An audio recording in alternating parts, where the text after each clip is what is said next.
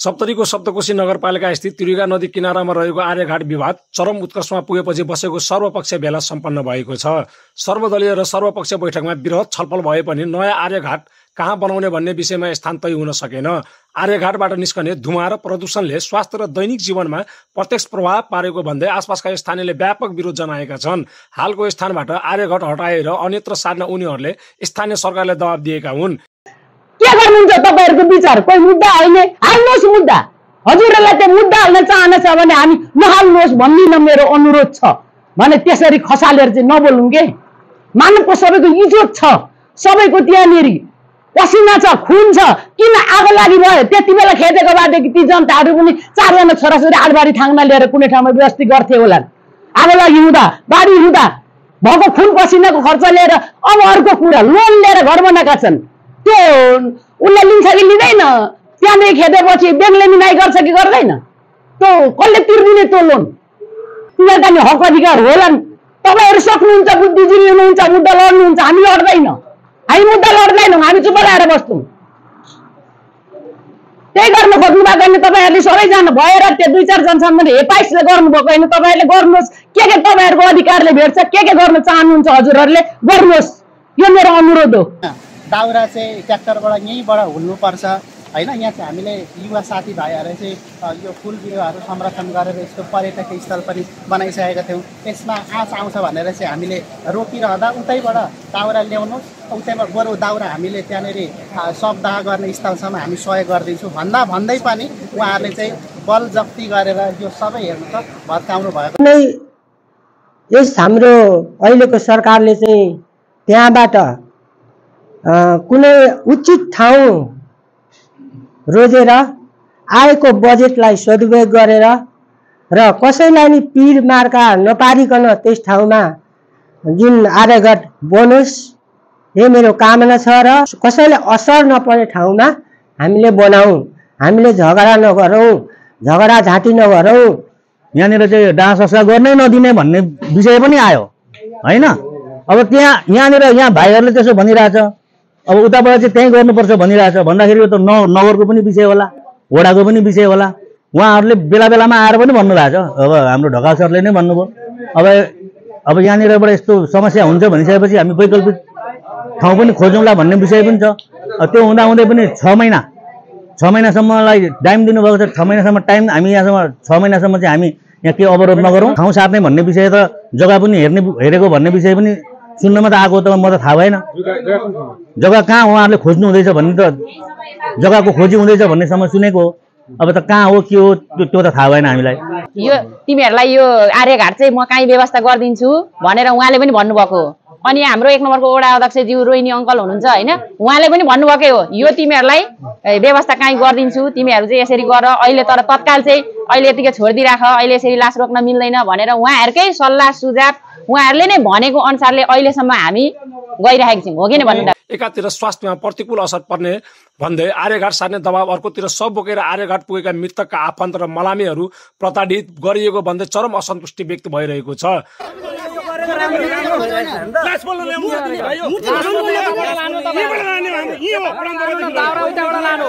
जिउँदाको जन्ती र मर्दाको मलामी भन्ने लोकोतीलाई समेत चरितार्थ गर्न नसक्ने अवस्था सृजना भएको भन्दै यसअघि सब लिएर गएको समूहले तोडफोड गरेको थियो भने पालिका र वडा कार्यालयमा तालाबन्दी गरिएको थियो।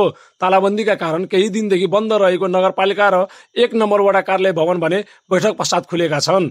विषय जटिल बन्दै गएपछि बसेको आकस्मिक सर्वपक्षीय भेलामा दुवै पक्षबाट 7 जना प्रतिनिधिहरू, पालिकाका पार्टी प्रतिनिधिहरू, स्थानीय अगुवा, बुद्धिजीवी र पत्रकारहरूको सहभागिता रहेको थियो।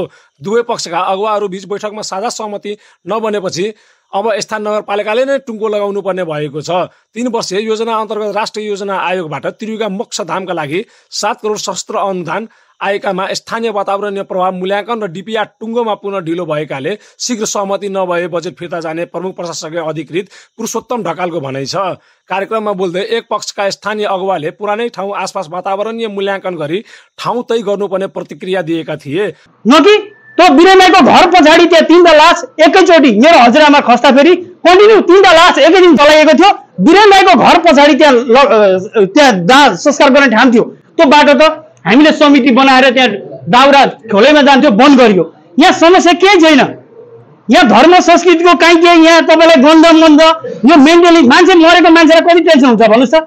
हामी दाउरा लिएर जाँदाखेरि त्यो टाटीजी मेयर साहबले सरकार प्रमुखलाई चाहिँ ज्ञापन पत्र बुझाएको हुँदाखेरि स्वयं जान मलामी जाँदाखेरि चाहिँ मलामी भागाभाग हुने कहीँ लास पऱ्यो भने चाहिँ मान्छे जुटाउनु पर्ने। मलाई धेरैचोटि उत्तरदायीले पनि म बिहाको भोज खाँदा खाँदै पनि बोलाउनु पर्छ, त्यहाँ दाउरा खसाल्न दिएन। एक दुईजना सीमित भाइहरू चाहिँ बस्ने अनि तपाईँलाई चाहिँ त्यहाँ चाहिँ तपाईँलाई चाहिँ दाउरा छिराउन नदिने। ए बाबा रात बिहान अप्ठ्यारो पर्दाखेरि तपाईँलाई त्यहाँ दाउरा कसले बोकिदिन्छ। त्यही भएर भित्रबाट सधैँ एउटा मान्छेले एउटा साधन सुरु गाडी घोडा चलाउने एउटा मोटरसाइकल चलाउने किरा पनि मार्दैन। त्यो ट्र्याक्टर हिँडेर त्यहाँभित्र दाउरा झारेर अहिलेसम्म कसको फुल मारिदिएको छ, कहिले पार्क बिगारेको थियो। अनि एकपछि अर्को बाहना गर्दै त्यो तपाईँलाई चाहिँ टाटी भाटी गर्ने सिमेन्टीको पोलहरू चाहिँ खडा गरिदिने, बाधा अवरोध गर्ने। र म यहाँ चुनौतीको साथ भन्न चाहन्छु, कोही मान्छेले नबुझोस् त्यो त्रिजुगाको अहिले चन्द्रनहर नेपाल सरकारले संरक्षण नगरेको एउटा चाहिँ काल्पनिक चाहिँ समिति गठन गरेर त्यहाँको साथीहरूले चाहिँ हेडबानको चाहिँ बोर्ड जसले चाहिँ नामाङ्कन गरेर त्यहाँ डेन्टिङ पेन्टिङ गरेछ त्यतिको लागि मात्रै हेर्न तपाईँले सुन्दरता निर्माण गरेर त्यो पार्कमा चाहिँ रिल्याक्स गर्न टाइम पास गर्न फोटो खिच्न सेल्फी खिच्न आएका होइन। यसलाई हटाउनुहोस्। नेपालको पहिलो नहर चन्द्रनहर ऐतिहासिक नहर भएकोले त्यहाँको चाहिँ मुहान चाहिँ हेर्न आएका हुन् र त्यो संरक्षण सम्वर्धन गर्ने भाइ बहिनीहरूलाई मेरो सल्युट छ। तर मान्छे जाँदा बैरी भाव र फोहोरी कुराहरू बोल्ने अपमान गर्ने हेर्नु होला। त्यो अहिले चन्द्रशेखर दाइले पनि हेर्नु भएको छ। हामी 8-10 जना मान्छेलाई चाहिँ हाइलाइटेड गरेर मन परि भनेछ।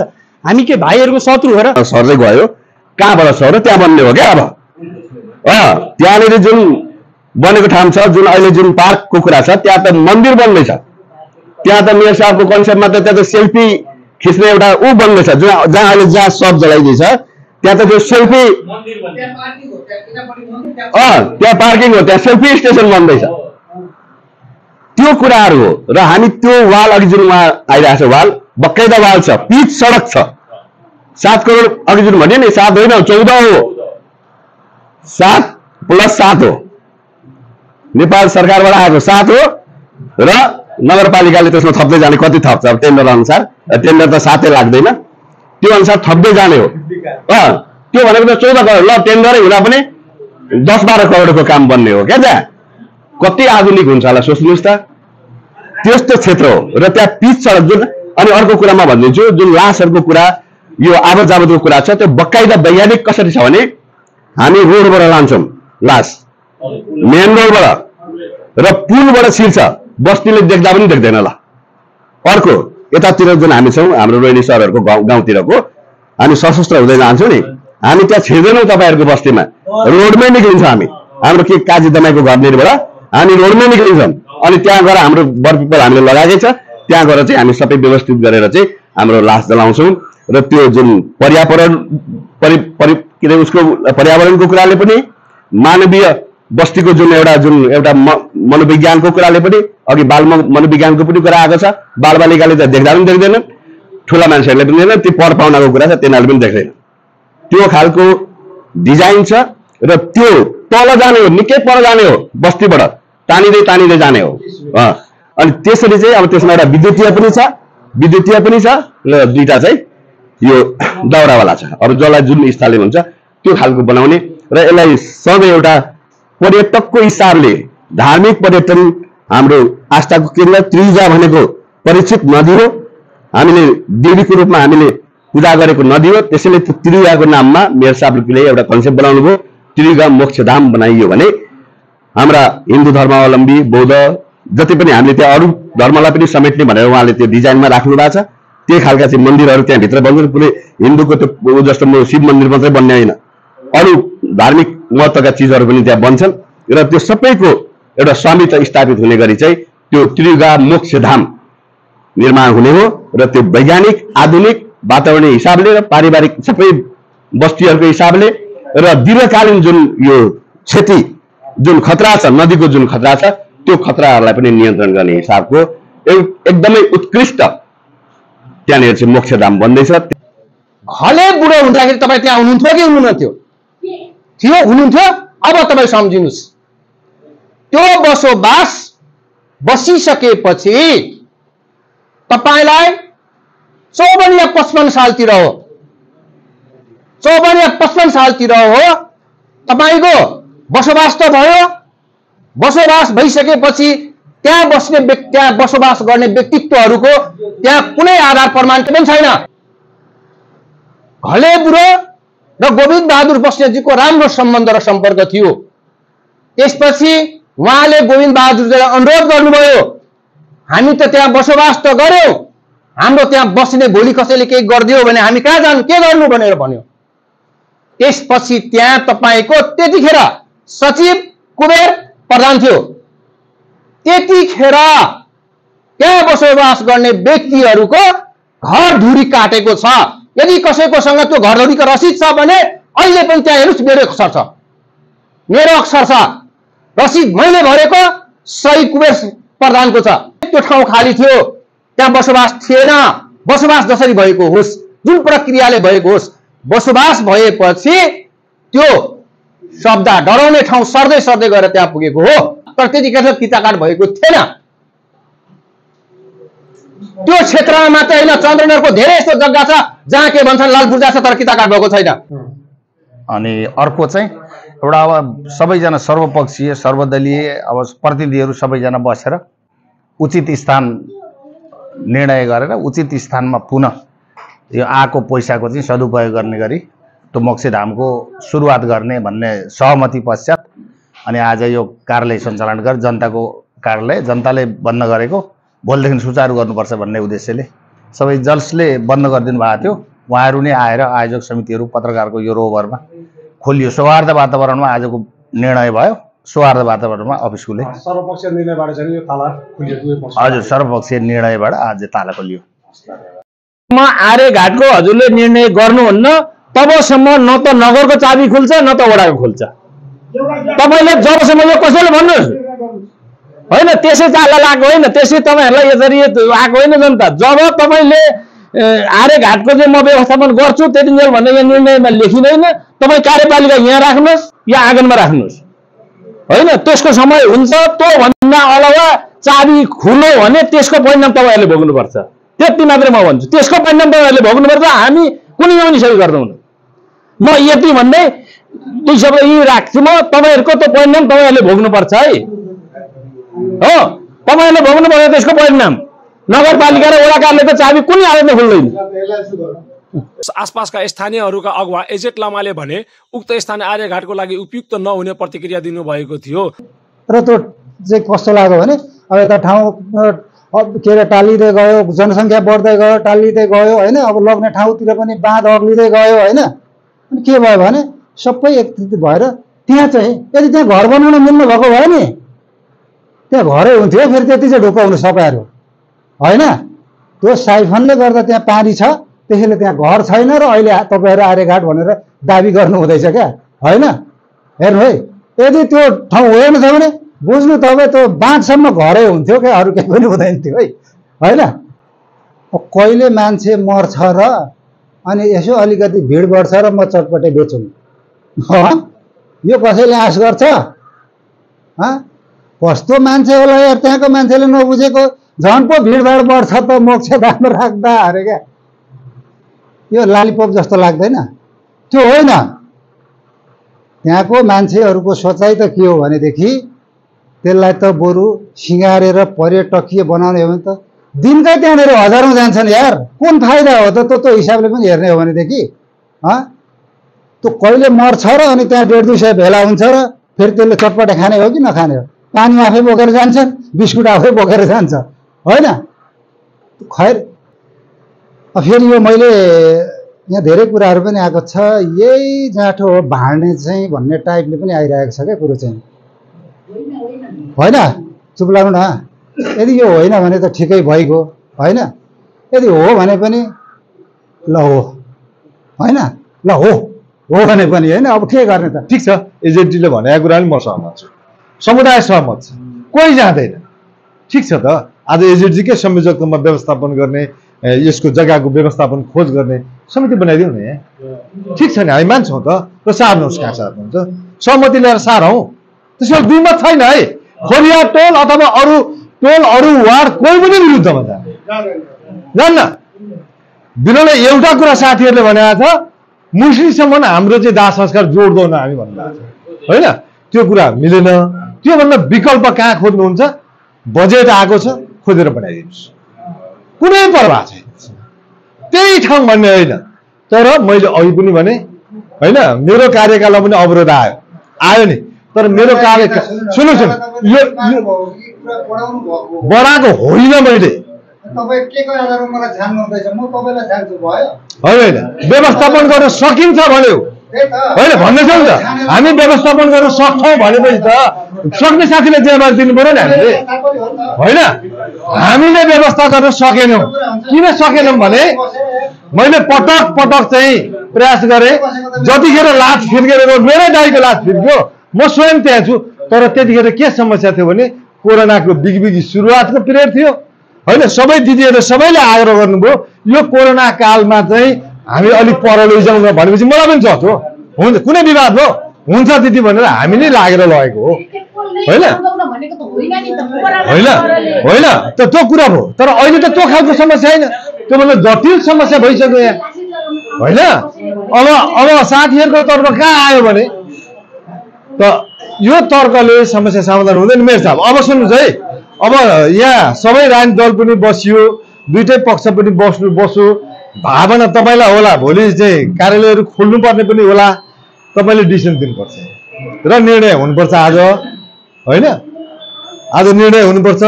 अब तपाईँहरूको डिसिसनको पर्खाइ मात्रै छ, अब जनता नजुदाउनुहोस् होइन, अब जनता जुदाउने काम होइन, अब तपाईँ फ्याक्ट डिसिसन दियो सरकारले, त्यो कार्यान्वयन जनताले गर्छ।